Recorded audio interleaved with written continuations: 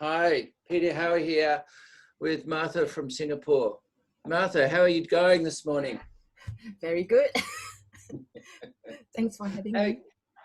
Are you guys still under lockdown there? Well, we're in phase 2. This means that we are going around wearing our masks and all the shops are open again. Oh, cool. And what's the main thing you've learned for yourself in taking advantage of having this space? During this time, I was a bit scared going into the lockdown. Yeah. I really wanted to make sure that I was going to emerge really better than where I'm at.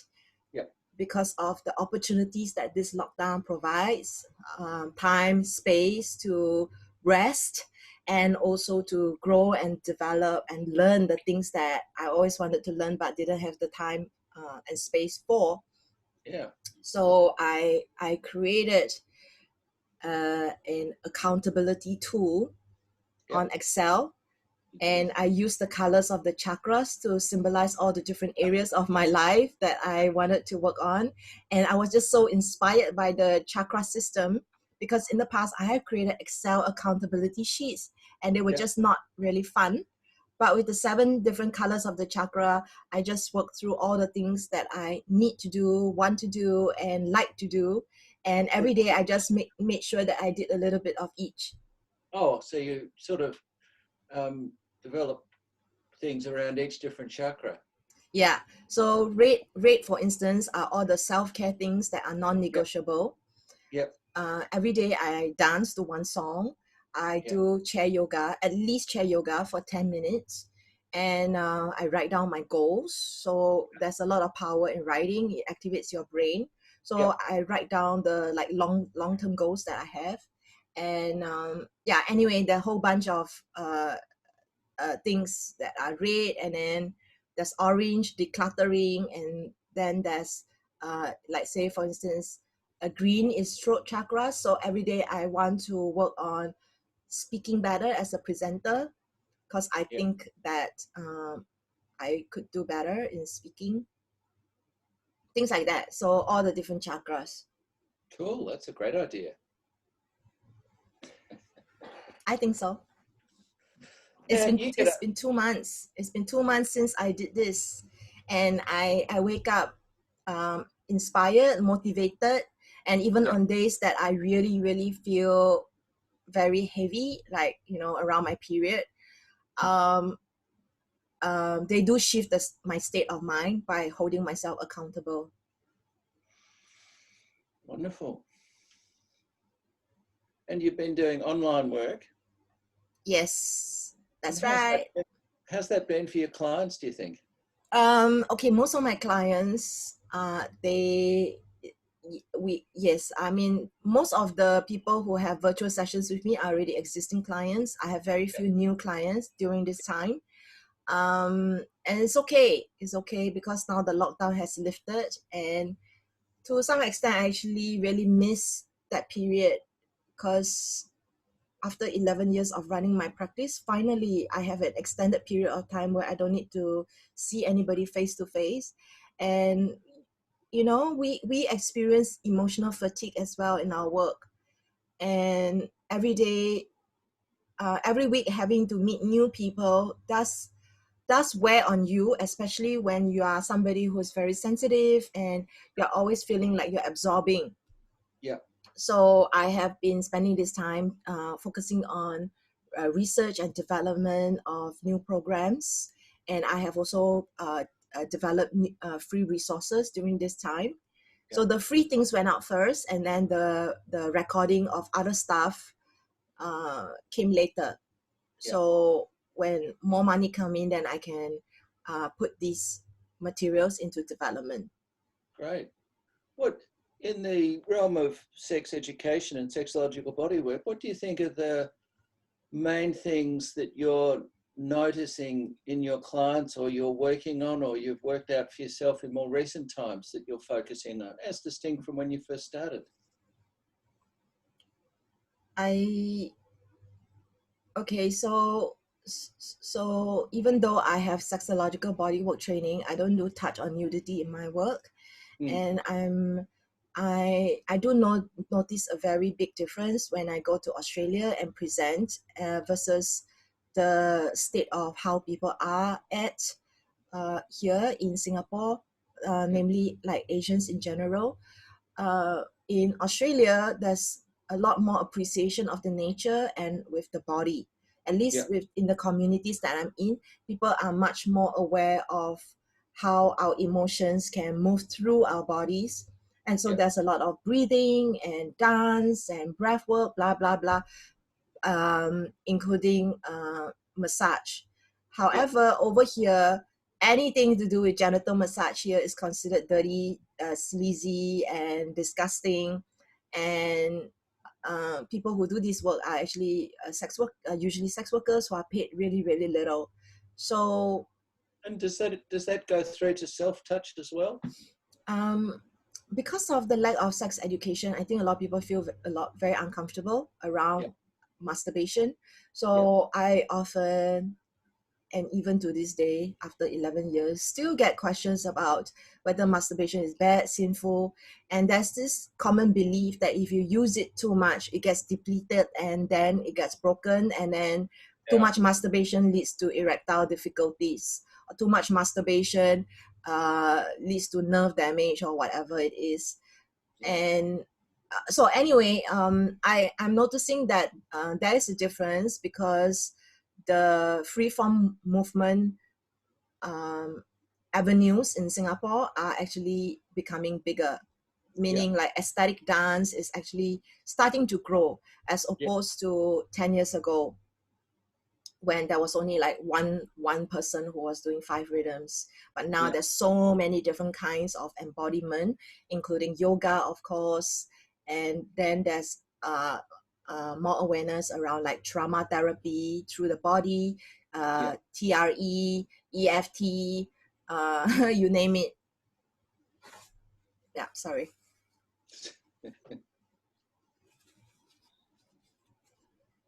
That's cool. And what do you think it was in your teenage years that led you to want to get involved in this kind of uh, work anyway? I mean, you should have, as a good Singaporean girl growing up, you should have got married and you should have had 18 children by now, shouldn't you? Not 18. Even my grandparents on my mother Yeah. and father's side, they only had 10. So Oh, I they were a bit slow. They got a bit old early, did they? no, but seriously, uh, most parents now just have one child because Yeah. it's so expensive and so Yeah. stressful living in Singapore. Yeah. So anyway, coming back to your question, I think I've always questioned systems, even Yeah. as a young child. I remember when I was maybe 5 or 4, I can't remember. I asked my mom, what is the educational route for me? Yeah. And so my mom said, okay, after primary school, after secondary school, then JC, then university. And then after that, I start working, I get married, I have a kid. I was like, oh, is that it? It's like my life is already mapped out and there's like a right way to be. And it didn't, it's like, if I already know everything that is going to come, like how exciting is it? And I always felt that uh, intuitively, innately, that I wanted my life to be one of service to other people. Yeah. And in my first marriage, I my ex-husband was not allowing me to have friends, was not allowing me to volunteer, and yeah, What was he saying? actually, Stay home? That you were meant to be a homebody? just stay close to him. You know, even I was miserable in my job, and he wouldn't let me resign. Mm. So I was the one having like, as the time went by, I had mental health issues because Yeah. my ex-boss was really abusive, Yeah. and then I was in an abusive marriage as well and didn't realize. Yeah. So um So when you go through something traumatic like this, you do go deeper into asking yourself, who am I? Yeah. What am I meant to do? And because divorce was so uncommon, this was 20 years ago, I asked myself if I was meant to be single and I'm left on the shelf and I can't have the family that I would like to have, what would I like my legacy to be? So I realized even if I spend my life just helping people, it will still be a life well lived. And if there was something that I could do that could meaningfully support people, what would it be? So that's Yeah. when I thought, well, there's nobody that I know of really specialized in sex in Singapore. And I wanted to be a space holder and support people who are here to are open and willing to seek support. Yeah. So it was never about um, you know, yes, it would be great, if I could do something grandiose and change the world. But with counseling, it's very much about let's just work with the one person in front of me. Mm. And counseling is effective because um, you support the people at that time and space where they're at. But also, over time, I started to realize who I am actually really impacts the person because of who I am. And it's in the spiritual world, they call it a transmission. So I, over time, started to realize that I have the ability to not just counsel and support and educate, but also infuse energy and positivity. The essence of who I am will inspire people to change and to grow. So I started to realize um, how precious it is what I'm doing. And that Yeah. is the reason why, especially during this lockdown, I really stepped up my ownership of my life, self-responsibility, and really make sure that I was healthy Yeah. so that I can support all the other people who will choose to come to me. Now, I'm not sure. I mean, Singapore's got a highly industrious culture. Everyone's kind of busy. I'm wondering whether you or how do you allow yourself to appreciate the impact you've had on other people? Mm. Yeah, thank you so much for asking that question. I think that we get so busy with doing and going on to the next thing and the next This thing. would be a nice statement, Martha. I get so busy. Yeah, I do. I get busy. And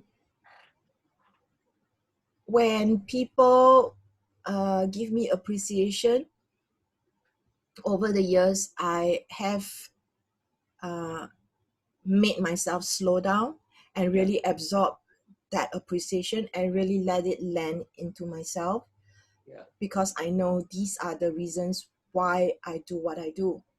And Mm. I have to remember these moments because they are honestly rare. Mm.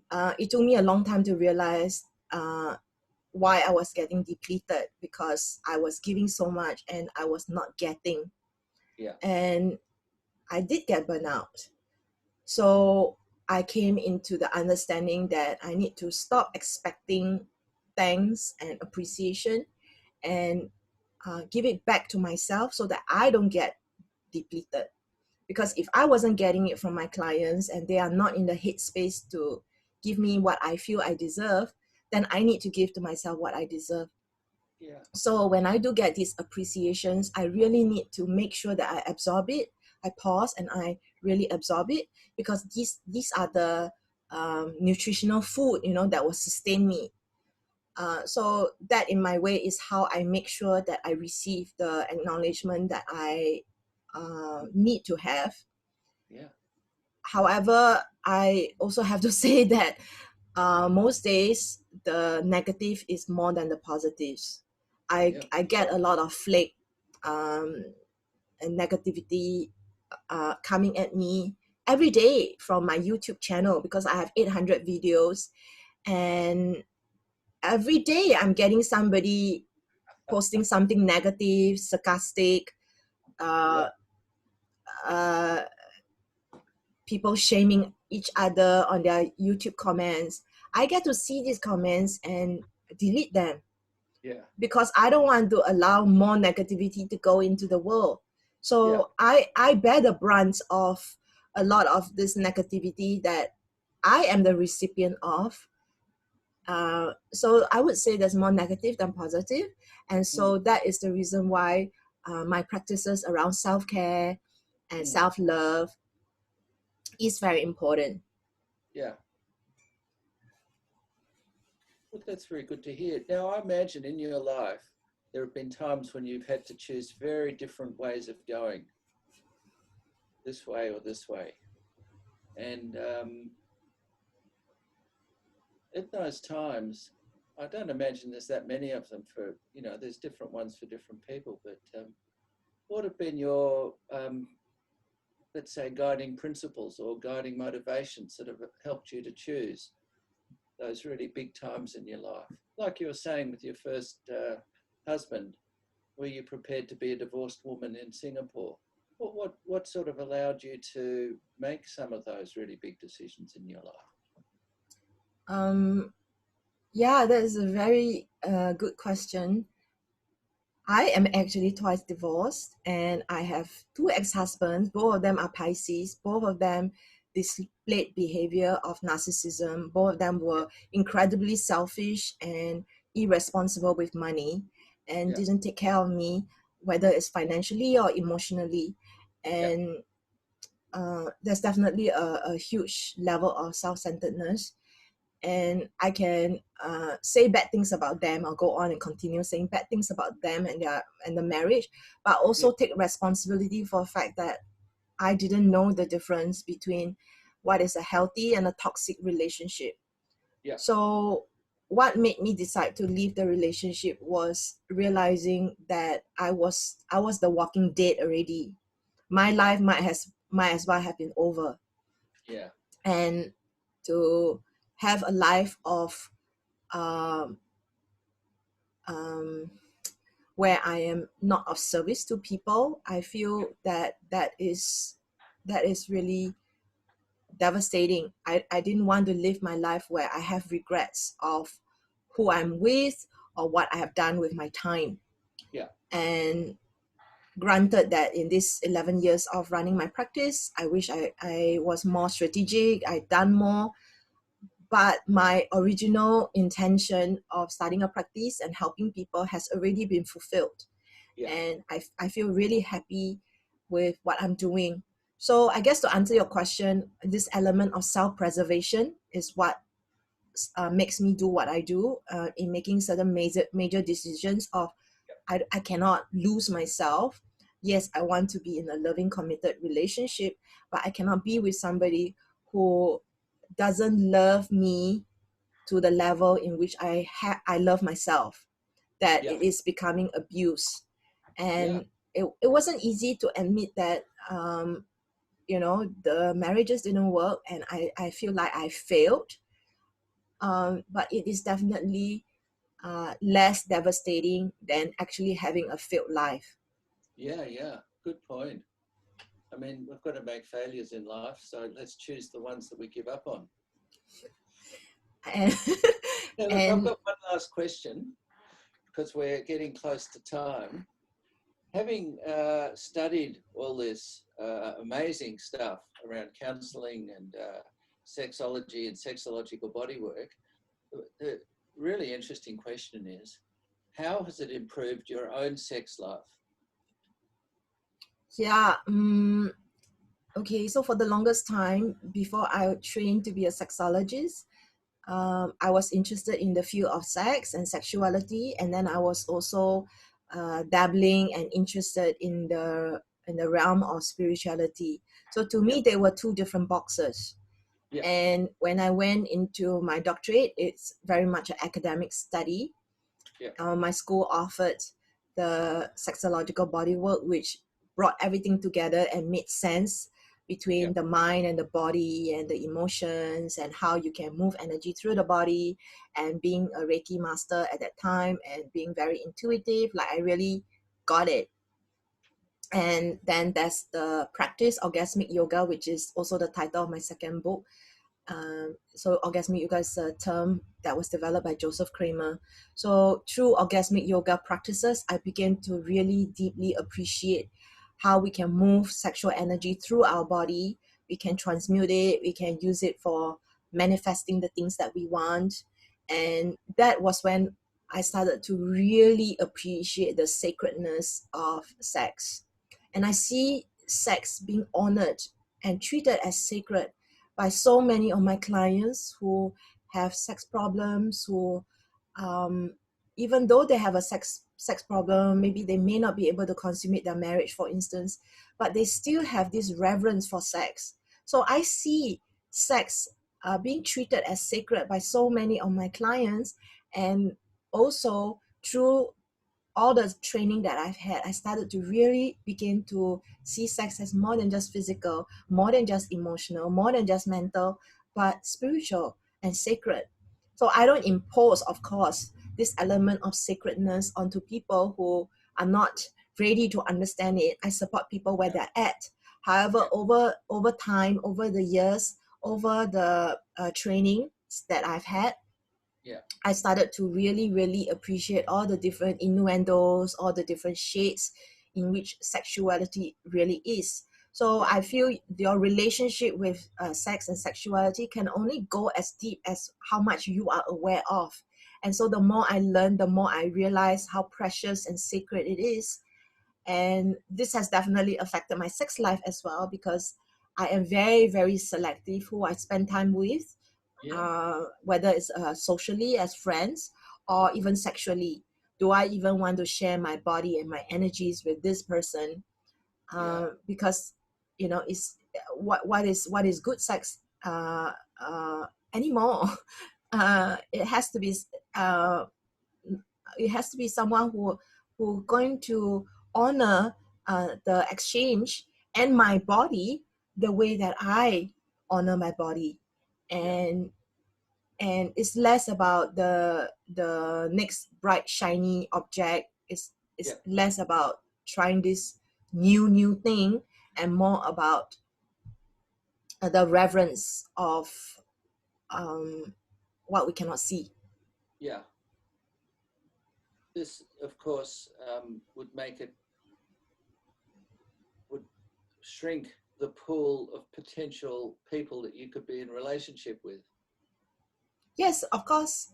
And there is a fine line, I think, between people who are jaded and old and grumpy and not open to life, and people who are seeking and open and just very selective.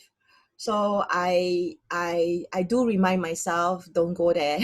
Don't be an old grumpy person, because a big part of my work is to shine so that I can inspire my clients. And a lot of what I do, a lot of decisions that I make has to do with how can I be the best practitioner that I can be for my clients.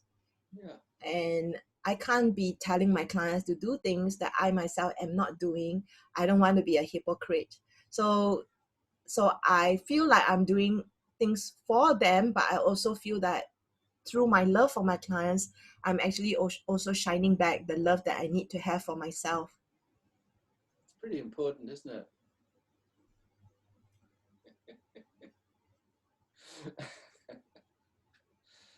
Now, as we begin to wrap this interview up, I've got to ask you, what is the one piece of advice you most give to most of your clients?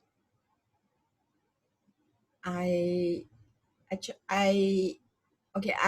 say it in a more diplomatic way, but in a nutshell, I say this a lot, which is I wish for them to not be afraid of sex. Because where I operate in with the Asians, they are very afraid, and they are afraid because they don't know. And if we know what we don't know, and we know all the questions that we wish could be answered and are not answered, then we have less to be afraid of when it comes to sex. And to me, sex means so many things. Sex can be fun, funny, can be ridiculous, can be very physical, can be very practical, can be spiritual. It means so many things to so many people. Yeah. But if we knew more, I think we would not be afraid. And I wish for people to live their lives fully. So that is the reason why I put out so much free resources, because I don't want people who don't have money to feel that nobody cares or there's nothing for them. In my small way, I do want to support as many people as I can. It's cool. It's very different to Australia. I think Australia, they're not so afraid of sex. They tend to get bored with sex, but they're afraid of rejection. So they don't do anything about their boredom because they might get rejected. That's the thing I've noticed with my clients. Anyway, it's a different culture. That has to do with vulnerability. Yeah, it sure does. Okay, honey, we're done. Thank you very much for having me. You're welcome. Thank you for joining us from faraway Singapore in your penthouse apartment with a beautiful view. Thank you. Bye-bye. Bye.